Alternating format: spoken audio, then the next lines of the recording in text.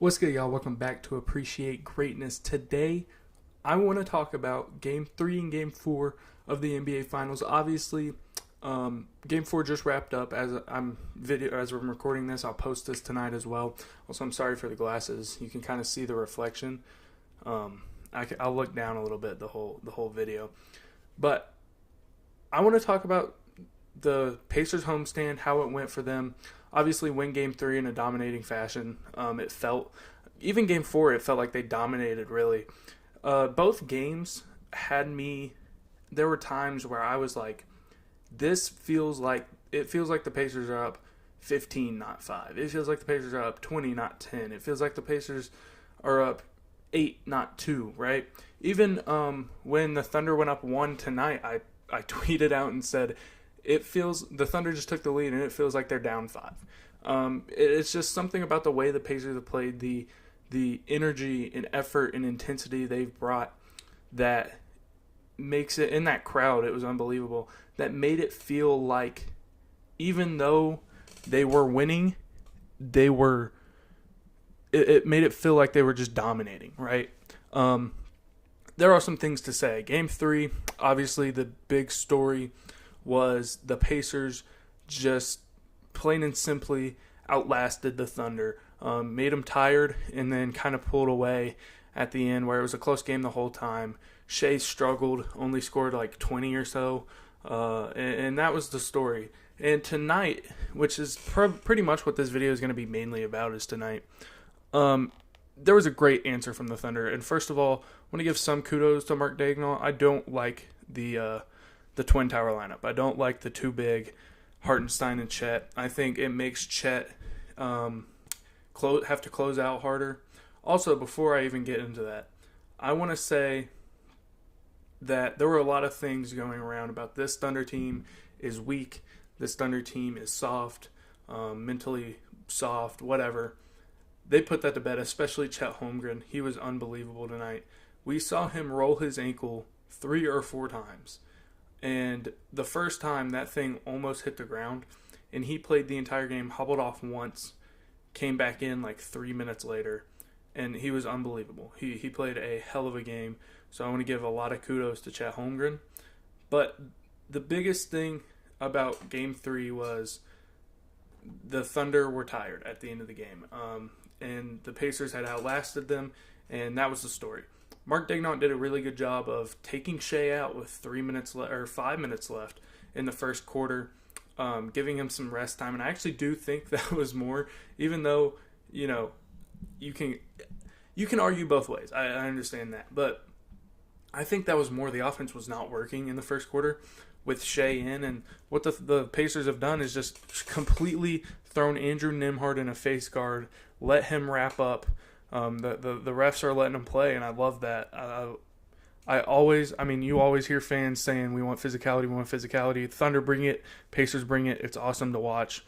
And so there's been a lot of physicality. And if you're a Pacers fan and you're arguing about missed calls, well, let me just tell you this: Shea, watch the difference in game 1 and 2 and games 3 and 4 and the way that that y'all have defended him, and tell me that there aren't some fouls, right?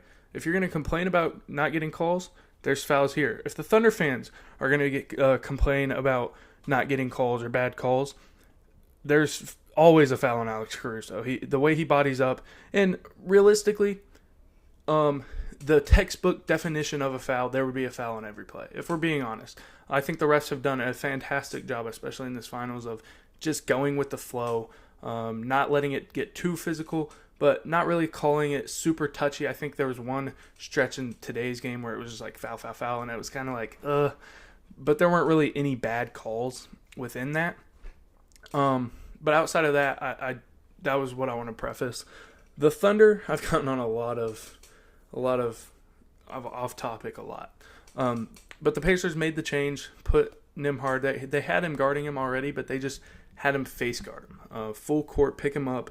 Don't let him breathe, face guard, and it worked until it didn't. Shea is the best isolation scorer we've ever seen, and they've gotten away with with putting Nembhard just one-on-one. They've gotten away from nexting, as Caitlin Cooper called it. I called it I don't even remember what I called it. I don't know if I came up with a name for it, but it was a it was like it was two switches basically. The guy takes the ball once Shea drives, and then his guy peel switches off. So it was a jump switch to a peel switch. I don't know if I named it anything, but that's what it is. And they've gotten away from that. They've just let Shea go one-on-one pretty much with Nembhard. Now they're still hard gapping, but they're not jump switching. They're not peeling. They're not doing any of that. It's just been let him go, let him work. And he wasn't great until the fourth. And when the Thunder really slow everything down, they flatten everything out for their guys, for Dub and Shea. And we see it all the time. That's what they like to get to. They go with Shea in middle of the court or Dub in the middle of the court without the ball, and then Shea or Dub in the middle of the court with the ball, or on one of the sides with the ball, and it's a ghost screen. And then from there, the ball handler chooses what they want to do, and that's what they got to a lot, and that's what Shea was just getting unbelievable buckets from.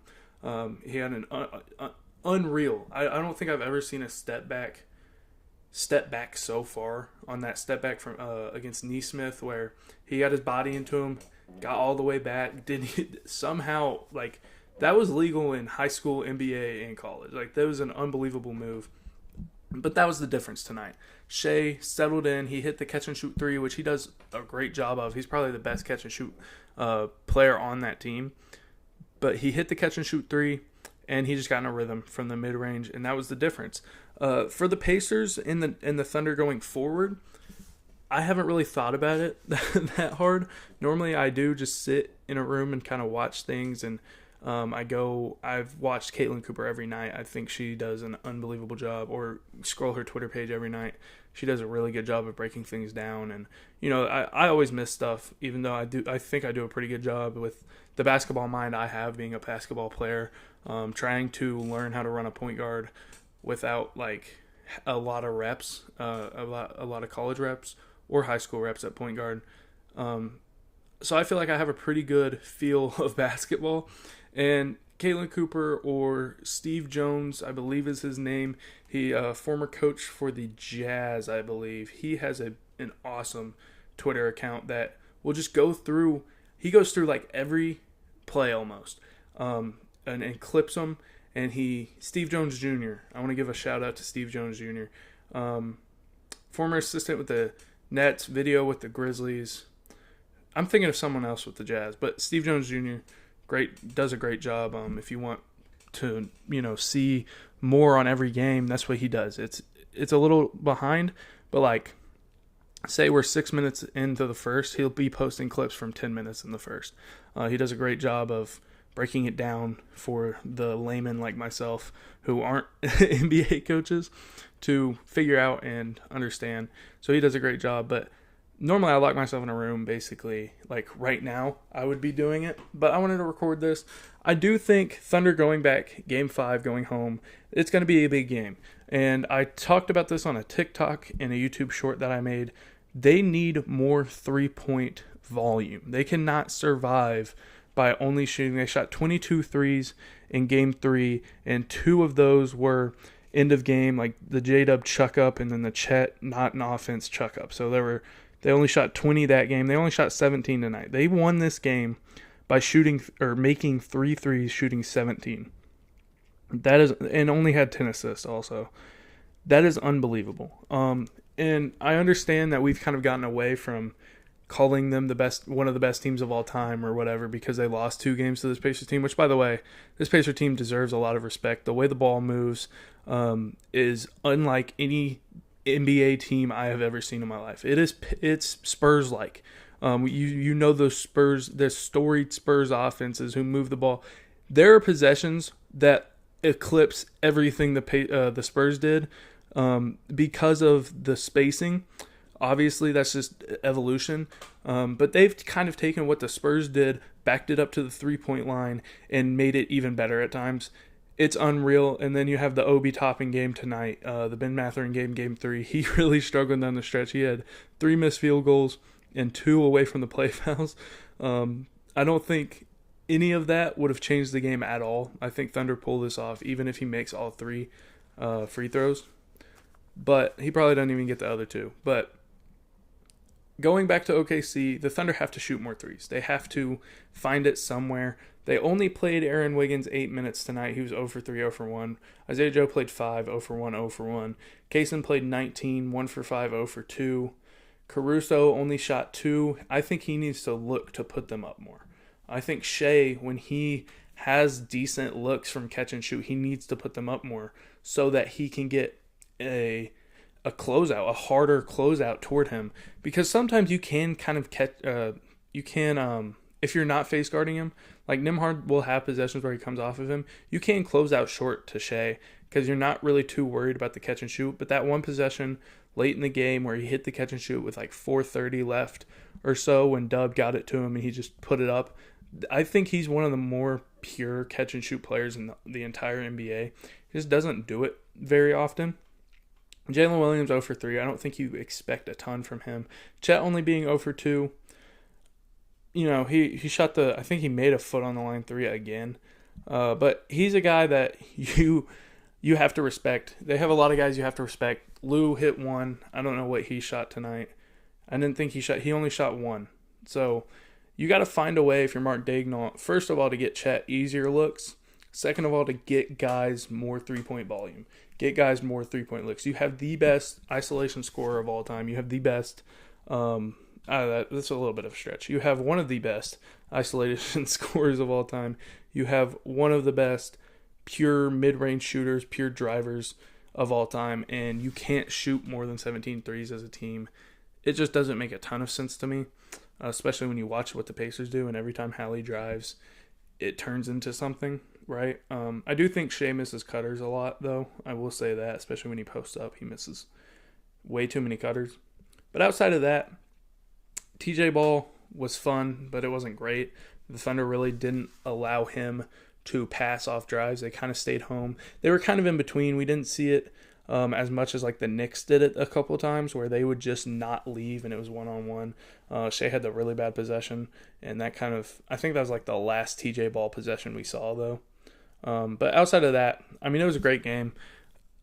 I do think Thunder pull this out still. It's going 7. I don't think there's any doubts. This is also the best finals we've seen since Suns Bucks, and before, I mean, it's going to eclipse that pretty quick in all likelihood, unless the Thunder or the Pacers come out in Game 5 and blow it out.